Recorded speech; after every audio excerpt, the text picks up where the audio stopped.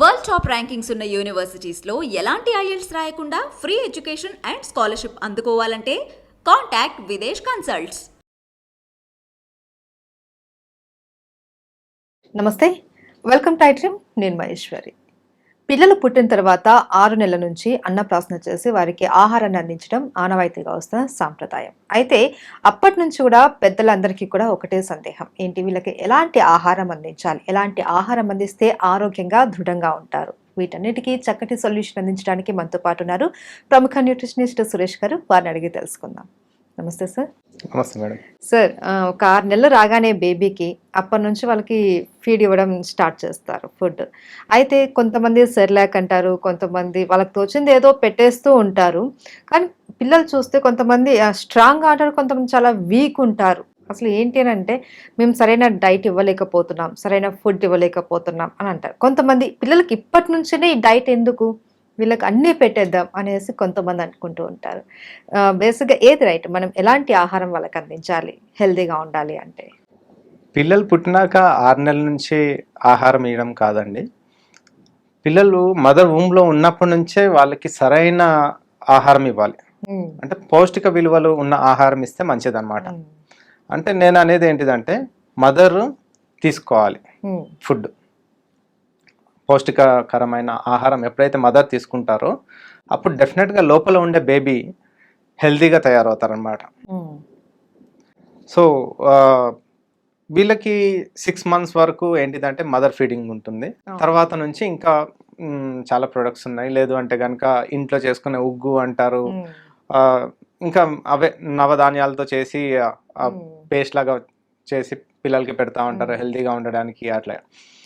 కానీ వీళ్ళ వరకు ఓకే, ఒక 6 months 1 year వరకు కంప్లీట్గా మానిటరింగ్లోనే ఉంటారు, పేరెంట్స్ మానిటరింగ్లో ఉంటారు. 2 years వచ్చే వరకు కూడా మానిటరింగ్లో ఉంటారు. అండ్ అప్పుడు కేర్ బాగా ఉంటుందన్నమాట. ఎందుకంటే వీళ్ళ వెనకాలే పేరెంట్స్ పరిగెడతా ఉంటారు. పేరెంట్స్ అంటే మెయిన్గా మదరే ఎక్కువ చూసుకుంటా ఉంటారు కాబట్టి. సో మదర్కి ఫుల్ ఫ్లెడ్జెడ్గా అంతా తెలుసు. కానీ తర్వాత ఏమవుతుంది చూసుకుంటే, పిల్లలు ఏడుస్తారు, నాకు ఇది కావాలి, కనపడింది అలా కావాలంటే అది కూడా హెల్తీది కాదు. కాకపోతే కొనిస్తాం అనమాట. ఏంటిదంటే పిల్లలు అడిగారు అని చెప్పేసి. మనం మేజర్గా చూడాల్సింది ఏంటిదంటే, ఇప్పుడు ఈ పిల్లలు ఏంటిదంటే నెక్స్ట్ వచ్చే జనరేషన్కి వీళ్ళే కదా లీడర్స్ కానివ్వండి, లేదంటే నెక్స్ట్ భావితరాలకి వీళ్ళే నాంది, భావి పౌరులు అంటారు కదా, వీళ్ళే నాంది. సో వీళ్ళని మనము చిన్నప్పటి నుంచే, అంటే ఎలా అయితే మొక్క పెరిగేటప్పుడు దానికి ఒక సపోర్ట్ ఇస్తూ మనం పెంచుకుంటాము ఇంట్లో, అట్లనే పిల్లల్ని కూడా మనం మంచి చెడులు చెప్పుకుంటూ పెంచుతూ ఉండాలన్నమాట. ఏది తింటే మంచిది, ఏది తింటే మంచిది కాదు, ఏది తాగాలి, ఏది తాగకూడదు, ఇలా అనమాట. ప్రతిదీ మనం చెప్తూ ఉండాలి, మానిటర్ చేస్తూ ఉండాలి. వాళ్ళు అడిగారు కదా అని చెప్పేసి మనము కొనిచ్చేసామా అక్కడికి అయిపోతుంది అనమాట. అంటే ఒక చిన్న ఎగ్జాంపుల్ చెప్తాను.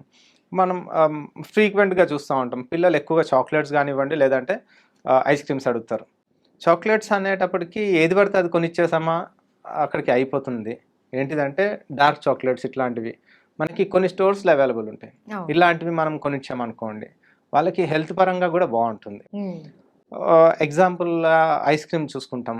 ఓకే, ఐస్ క్రీమ్ అనగానే మనకి తెలిసిన బ్రాండ్స్ చాలా ఉన్నాయి, మనకి ఒక 4-5 బ్రాండ్స్ ఇట్లా తిరుగుతూనే ఉంటాయి. సో ఆ బ్రాండ్ కనిపించిందా కొనేసి ఇచ్చేస్తున్నాం. ఒక్కటి చూడాల్సింది ఏంటిదంటే, యాజ్ ఎ పేరెంట్గా వాళ్ళకి కొనిచ్చినా ఈవెన్ మనం తినేటప్పుడు కూడా దానిపైన ఐస్ క్రీమ్ అని క్లియర్గా మెన్షన్ చేసిందా లేదా అన్నది మనం చూసుకోవాలన్నమాట. అంటే ప్రతిదానికి కూడా లేబులింగ్ లా అని చెప్పేసి ఒకటి క్లాజ్ ఉంటుంది, ప్రతి ఒక్క కంపెనీ ఫాలో అవుతుంది అన్నమాట. మీరు కానివ్వండి, నేను కానివ్వండి, ఇంకెవరైనా కూడా కంపల్సరీ అది చూడాలి. బేసిక్గా ఏంటిదంటే మనం బ్రాండ్ చూసేసి ఓకే అనేసి అనుకుంటాం. సో ఈ లేబులింగ్ లాలో ఏంటిదంటే, ఈ ప్రోడక్ట్లో ఏమేమి కంటెంట్స్ ఉంటాయి అన్నది క్లియర్గా మెన్షన్ చేస్తుంది. అంటే లైక్ కార్బోహైడ్రేట్స్ ఉన్నాయా, ఫ్యాట్స్ ఉన్నాయా, ప్రోటీన్స్ ఉన్నాయా, ఇవన్నీ కూడా చెప్తారు. చెప్పి అక్కడ ఇది ఐస్ క్రీమా కాదా అన్నది కూడా చాలా బోల్డ్గా మెన్షన్ చేస్తారనమాట. కాకపోతే మనం గమనించట్లేదు. సో నేను అనేది ఏంటిదంటే, ఏదైనా కానివ్వండి, not only chocolate, ice cream, health drinks ఇచ్చేటప్పుడు కూడా చాలా వరకు పాలల్లో కల్పిస్తూ ఉంటారు కదా, హెల్త్ డ్రింక్ తాగితే హైట్ పెరుగుతారు, మజిల్ గెయిన్ అవుతుంది అనేసి చాలా ఉన్నాయి మనకి. కానీ ప్రతి దానికి కూడా లేబులింగ్ లా అనేది ఉంటుంది కదా, అది ఫాలో అవ్వాలి. ఎందుకు అంటే ఇప్పుడు అది ఫాలో అవ్వకుండా మనం ఏదో ఒకటి ఇచ్చేస్తా ఉన్నాము, చాలా వరకు పిల్లల్ని చూడండి, మాల్ న్యూట్రిషన్, తర్వాత ఒబెసిటీ ఇష్యూస్ ఉన్నాయి, అండ్ ఆస్తమా, పిల్లలకి ఆస్తమా ప్రాబ్లం ఉంది, డయాబెటిక్ అవుతున్నారు, తర్వాత పుట్టిన పిల్లలకి థైరాయిడ్ కూడా ఉంటుంది. అది మనం తెలుసుకోలేకపోతే బేబీ ఏంటిదంటే మెంటల్లీ రిటార్డెడ్ స్టేజ్లోకి వెళ్ళిపోయే ఛాన్సెస్ కూడా ఉన్నాయంట. మొన్న డాక్టర్తో మాట్లాడుతూ ఉంటే చెప్తా ఉన్నారనమాట. ఓకే, అట్లానే 4th 5th క్లాస్కి వచ్చిన పిల్లలతోటి మనం మాట్లాడుతూ ఉంటే నాకు తలనొప్పి వస్తుంది, ఈవెన్ ఫస్ట్ క్లాస్ వాళ్ళు కూడా ఉన్నారు, తలనొప్పి వస్తుంది అంటే మేబీ వాళ్ళకి కళ్ళు సరిగా కనిపించట్లేదు, అంటే మొబైల్ ఫోన్స్ అవి చూస్తున్నారు కాబట్టి ఐసైట్. ఇది ఈ తలనొప్పి పక్కన పెడితే నాకు స్ట్రెస్ ఎక్కువ అయిపోతుంది, డిప్రెషన్లోకి వెళ్ళిపోతుంది. అసలు మనం చిన్నగా ఉండేటప్పుడు ఈ డిప్రెషన్ అన్న వర్డ్ ఎక్కడ విన్నదే లేదు. అట్లాంటిది ఇప్పుడు ఈ 3rd 4th క్లాస్ పిల్లలు ఈ వర్డ్స్ అనేవి యూజ్ చేస్తున్నారు అనమాట. అంటే చూడండి, అంటే వాళ్ళు ఫీల్ అవుతున్నారు నిజంగానే స్ట్రెస్ ఎక్కువ అవుతుంది, దానివల్ల ఏంటిదంటే ఇవన్నీ వాళ్ళకి వస్తున్నాయి. స్ట్రెస్ డిప్రెషన్ అన్నది పక్కన పెడితే నార్మల్ లైఫ్ కన్నా కాస్త టఫ్ గా ఉంటుంది వాళ్ళకి. టఫ్ గానే ఉంది. అంటే నేను చిన్నప్పుడు చదువుకునేటప్పుడు ఏంటిదంటే నాకు ఆడుకోవడానికి చాలా సఫిషియెంట్ టైం ఉండేది. ఫ్రెండ్స్, ఇంటి దగ్గర ఫ్రెండ్స్, స్కూల్లో ఫ్రెండ్స్, ఇట్లాగా. ఇప్పుడు ఏమవుతుందంటే రాను రాను అంత క్లోజ్డ్ ఎన్విరాన్మెంట్ అయిపోతుంది. గ్రౌండ్స్ కూడా ఉండట్లేదు, కొన్ని స్కూల్స్ లో గ్రౌండ్స్ లేవు, అండ్ పిల్లల్ని కూడా బయటికి పంపించి ఆడించాలనే ఆలోచన పేరెంట్స్ కి కూడా రావట్లేదు. అంటే సెక్యూరిటీ చూసుకుంటున్నారు, ఏమవుతుంది పిల్లలు కిందకి వెళ్తే పడిపోతారేమో, దెబ్బలు తగులుతాయేమో, బట్ వాళ్ళ ఇమ్యూనిటీ ఏమవ్వాలి. ఇప్పుడు బయటకు ఎక్స్పోజ్ అవ్వకపోతే ఒక మొక్కను తీసుకొచ్చి మనం ఇంట్లో పెట్టుకుంటే అది చచ్చిపోతుంది, అవునా కదా? దానికి వాటర్ వేస్తే సరిపోతుందా? సన్లైట్ కావాలి, బయట ఎయిర్ కావాలి. మనం ఆ మొక్కను ఇట్లా పెట్టేసి దానికి ఫ్యాన్, చిన్న టేబుల్ ఫ్యాన్ పెట్టేసి ఒక లైట్ పెట్టేస్తే అది పెరుగుతుందా? పెరగదు.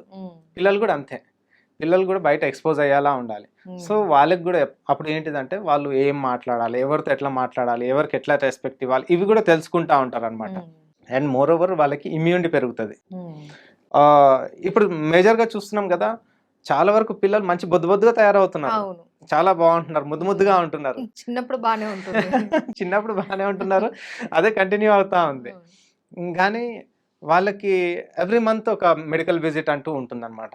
అంటే తెలియకుండానే, వాళ్ళకి తెలియకుండా, వాళ్ళు ముద్దుగా బొద్దుగా ఉన్నారు కానీ తెలియకుండానే వాళ్ళకి లోపల వాళ్ళ ఆర్గన్స్ ఫంక్షనింగ్ ఏదైతే ఉందో సరిగ్గా ఉండట్లేదు. పడుకునేటప్పుడు ఊపిరి ఆడకపోవడం కానివ్వండి, ఎక్కువసేపు ఆడుతున్నా కూడా, ఇండోర్ గేమ్సే ఆడతారు, ఆడినా కూడా వాళ్ళు ఆయాస పడిపోతూ ఉంటారు. ఇట్లా చాలా చాలా చూస్తూ ఉన్నాం అనమాట. సో నా సజెషన్ ఏంటిదంటే బెటర్ పిల్లలకి ఇచ్చేటప్పుడు ఇటువంటి లేబులింగ్ లాస్ ఏవైతే ఉన్నాయో ప్రతిదీ కొంచెం ఫాలో అవుతూ ఉండాలి యాజ్ ఎ పేరెంట్గా మనము. అండ్ వాళ్ళకి మోర్ ఓవర్ ఏంటిదంటే జంక్ ఫుడ్స్ మీద ఒక క్లియర్ అవగాహన కల్పించి ఏది తింటే మంచిది అని చెప్పేసి జంక్ ఫుడ్స్ అవాయిడ్ చేసేసి ఫ్రెష్ ఫ్రూట్స్ అండ్ వెజిటేబుల్స్, అంటే మనం ఎప్పుడు ఎట్లాంటివి తీసుకోవాలి అంటే ఒక తీసుకొచ్చింది అంటే మనం ప్రిపేర్ చేసింది ఒక 3 to 4 అవర్స్లో పాడైపోతుంది, ఇటువంటివి తీసుకోవాలి. అండ్ తీసుకొచ్చిన ఫ్రూట్స్ కానీ వెజిటబుల్స్ కానీ ఒక 2 days 3 days స్టోరేజ్ ఉంటే తర్వాత పాడైపోతాయి, ఇలాంటివే మనం తీసుకోవాలన్నమాట. అంతేగాని తీసుకొచ్చినాక నెలల తరబడి ఉంటాయి, ఇవి రోజుల తరబడి ఉంటాయి అంటే ఇటువంటివి తీసుకోకూడదు. కెమికల్స్, ప్రిజర్వేటివ్స్ ఇవన్నీ యాడ్ ఆన్ అవుతాయి కాబట్టి అవి తీసుకోకూడదు.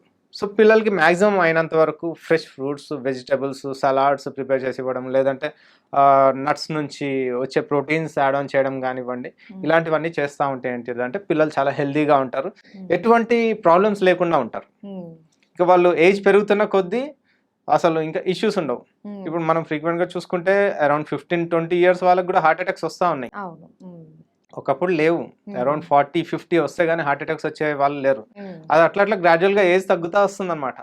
ఇప్పుడు రీసెంట్ సమ్ న్యూస్లో చూసుకుంటే 15-16 years వాళ్ళకి కూడా హార్ట్ అటాక్ వచ్చింది అని చెప్పేసి. సో ఇవన్నీ ఏంటిదంటే just because of all this categories అనమాట, what they are eating. So అనేది ఏంటిదంటే ఏమైతే తింటున్నారో దాన్ని కొంచెం మనము మానిటర్ చేస్తూ మైండ్ఫుల్గా వాళ్ళకి కూడా ఒక అవగాహన కల్పించాలి.